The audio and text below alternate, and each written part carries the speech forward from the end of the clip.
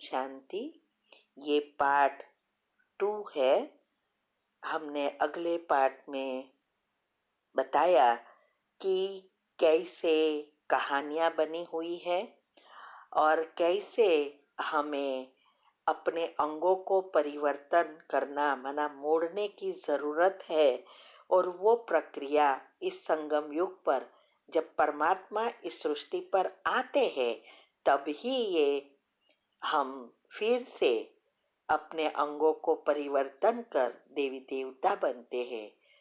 इसका ही तो गायन है कि नर ऐसी करनी करे सो नारायण बने, लक्ष्मी ऐसी नारी ऐसी करनी करे सो श्री लक्ष्मी बने। तो ये बनने का अभी ही अवसर चल रहा है। हमारे हर एक कर्मों के हिसाब किताब चुकतू करना, योग से कैसे संचित कर्म भस्म करना, ये सब परमात्मा आके हमें बताते हैं। और जो उसको प्रैक्टिकल जीवन में लाते हैं वो खुद गणपति की तरह बुद्धिमान बन पूज्य देवता बन जाते हैं। तो हमने बताया कि पशुओं में सबसे बुद्धिमान हाथी है और इसीलिए हाथी का अंग गणपति में बताए हैं। तो इसमें पहला हम लेते हैं हाथी के बड़े बड़े कान। वो सारा दिन कान को हिलाता रहता है। क्यों? क्योंकि कोई भी मच्छर वगैरह अंदर नहीं जा सके, वरना एक छोटी सी कीड़ी या मच्छर भी हाथी को पागल बना देती है। ऐसे ही हमें भी सारा दिन ध्यान रखना है कि कोई ऐसी बात कान में न जाए, वरना हमें भी पागल बना देती है। सांसारिक मोह माया के शोर में भी सत्य ज्ञान को ध्यान पूर्वक सुनने व ग्रहण करने का प्रतीक है। क्योंकि हर मूल्यवान कथन को कान खोलकर सुनना व ग्रहण करना पड़ता है, अर्थात उसको अच्छी रीति मन बुद्धि को एकाग्र कर समझना पड़ता है। अलबेलापन उस सत्य को ग्रहण नहीं करने देता। अतः बड़े बड़े कान सत्य ज्ञान को एकाग्रचित होकर सुनने का ही तो प्रतीक है। दूसरी है छोटी छोटी आंखें। वो दूरदर्शी होने व भविष्य को माप लेने का प्रतीक है। साथ ही प्रभु के सुंदर ज्योति स्वरूप पर मन बुद्धि को एकाग्र करने का भी प्रतीक है। छोटी आंखें माना दुनियावी चीजों को नहीं देखना है, हमारी मन बुद्धि को एक परमात्मा बिंदी पर टिकाना है, तभी हम उनकी शक्तियों को खींच सकते हैं। तीसरा है बड़ा सिर।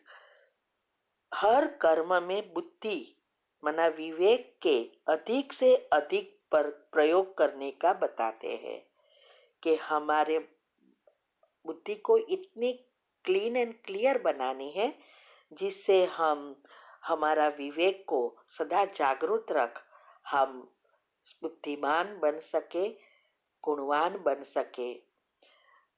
चौथा है हाथी की लंबी सूंड। ये ऊंचा पद मान प्रतिष्ठा का प्रतीक है। जैसे हाथी अपनी सूंड से बड़े बड़े पेड़ बड़ी बड़ी सहजता से उखाड़ कर फेंक देता है, वैसे ही हमारे जो पुराने स्वभाव संस्कार है उसे हम आत्माएं जड़ से निकाल देवी गुण धारण करती है। और वही आत्माएं जो ये धारण करते हैं वही संसार में वास्तविक इज्जत व मान पद प्राप्त कर सकते हैं, पूज्य बन सकते हैं, जिसकी देवी देवता के रूप में अभी तक पूजा होती है। वो देवी देवता है ही या शिव शक्तियाँ वही है जिसने शिव के साथ जोड़कर अपने में शक्ति पर दुनिया को प्रदान किया है। फिर है बड़ा पेट, वो एक समाने की शक्ति का प्रतीक है। यानी यदि हम वास्तव में अपना व संसार का कल्याण चाहते हैं तो बुरी बातों को समाना है, यहाँ वहाँ नहीं फैलाना है, वरना गंदगी से बीमारियां बढ़ती है। ऐसे ही इस बातों से और ही पाप कर्म बढ़ते हैं। फिर है हाथ में कमल, या गणेश जी का स्वयं कमल पर आसन होना पतित दुनिया में भी कमल फूल समान संपूर्ण पवित्र रहने का प्रतीक है। जैसे कमल कीचड़ में खिलकर भी कीचड़ से उपराम रहता है, वैसे ही हमें भी इस दुनिया में रहना है, घर संसार में रहना है। और ये सारी दुनिया कादव कीचड़ मना विकारों से भरपूर है, तो इसमें रहते हुए भी अपने को इस चीजों से उपराम रखना है और सभी चीजों से न्यारा और एक भगवान का प्यारा बनना है। फिर है कुल्हाड़ी, हाथ में कुल्हाड़ी दिखाते हैं, वो विकारों और अवगुणों पर प्रहार करने का प्रतीक है कि हमारे जीवन में जैसे जैसे हम पुरुषार्थ करते हैं तो हमारे अवगुण और विकार भी बाहर आते हैं, और उसको इस ज्ञान से हमें उसको खत्म करना है, काटना है और आगे बढ़ना है।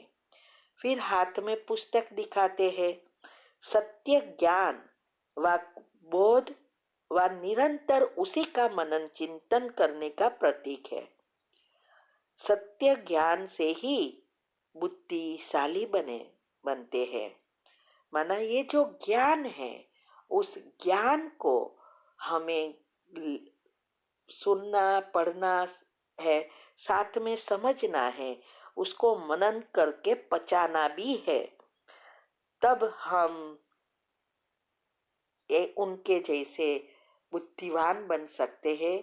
क्योंकि जितनी हम आत्मज्ञान को मनन मंथन करते हैं उतनी हमारी बुद्धि घिसती है, और घिसते घिसते शुद्ध पवित्र बनती जाती है, दिव्य बनती है। हमारा ओरिजिनल संस्कार 7 गुण नेचुरल बाहर आ जाते हैं और सारी सिस्टम रिसेट हो जाती है। अभी बताया है गणेश जी को चूहे पर सवारी करते हुए।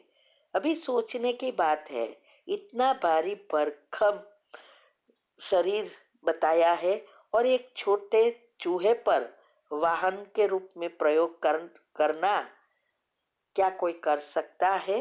नहीं। लेकिन चूहा सांसारिक गंदगी व चंचलता का प्रतीक है, और गणेश जी की उसी सवारी दर्शाती है कि संसारिक वृत्ति या विकार सदा गणेश जी के जैसी गुणवार और विवेकशील आत्मा के अधीन रहते हैं। वो ये उंदर को भी मना चूहे को भी वश कर लेता है। बाकी चूहा का वश करना नामुमकिन है, वैसे हमारे मन को भी वश करना नामुमकिन होता है। लेकिन हमें अगर मन को पॉजिटिव बनाकर वश करना आ जाता है तो मन चंचलता से निकल शांत हो जाता है, बुद्धि जागृत होती है, विवेकशील बन जाते हैं। फिर है लड्डू। अभी गणेश स्वरूप गुणवान आत्मा हर मुश्किल को हल करने का सामर्थ्य रखती है, और वह विघ्न विनाशक भी कहलाती है। खुद का तो विघ्न समाप्त किया, लेकिन हरेक का विघ्न समाप्त करते हैं। तो वो सदा विजय का मीठा फल खाती है। जो आत्मा ऐसी शक्तिशाली बनती है, औरों को कल्याण करती है, उसे हमेशा अच्छा ही फल मिलता है, जिसका प्रतीक है कि लड्डू का भोग लगाते हैं, प्रसाद चढ़ाते हैं। तो मनन शक्ति द्वारा ज्ञान की एक एक बातों को अच्छी रीति जो पचाते हैं, वो ही लड्डू को पचा सकते हैं।